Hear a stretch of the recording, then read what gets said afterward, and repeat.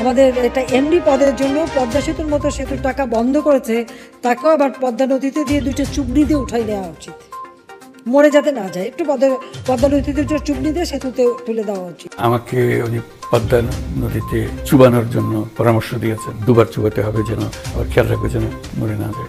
আমার নাম ধরে তো উনি ডাকেন না, উনি বলেন রক্তচোষা। শুরু করেছে ঘুষখোর সুদখোর, এটা নিয়ে আমাকে বলতেন। এখন বলছে আমি মানুষের রক্ত চুষি। পদ্মা নদীতে চুবানোর জন্য পরামর্শ দিয়েছেন, 2বার চুবাতে হবে, যেন আবার খেয়াল রাখবে যেন মরে না যায়। কাজে উনি আমার উপরে সাংঘাতিক রকমের কি বলবো ক্ষোভ আমার উপরে। কেন ক্ষোভ তার আমার জানা নেই। আমি এমন কোনো কিছু করি নাই যিনি আমার উপরে ক্ষুব্ধ হতে পারেন, কোনো বিহেভিয়ার বা কোনো আচরণ এরকম কিছু করি নাই।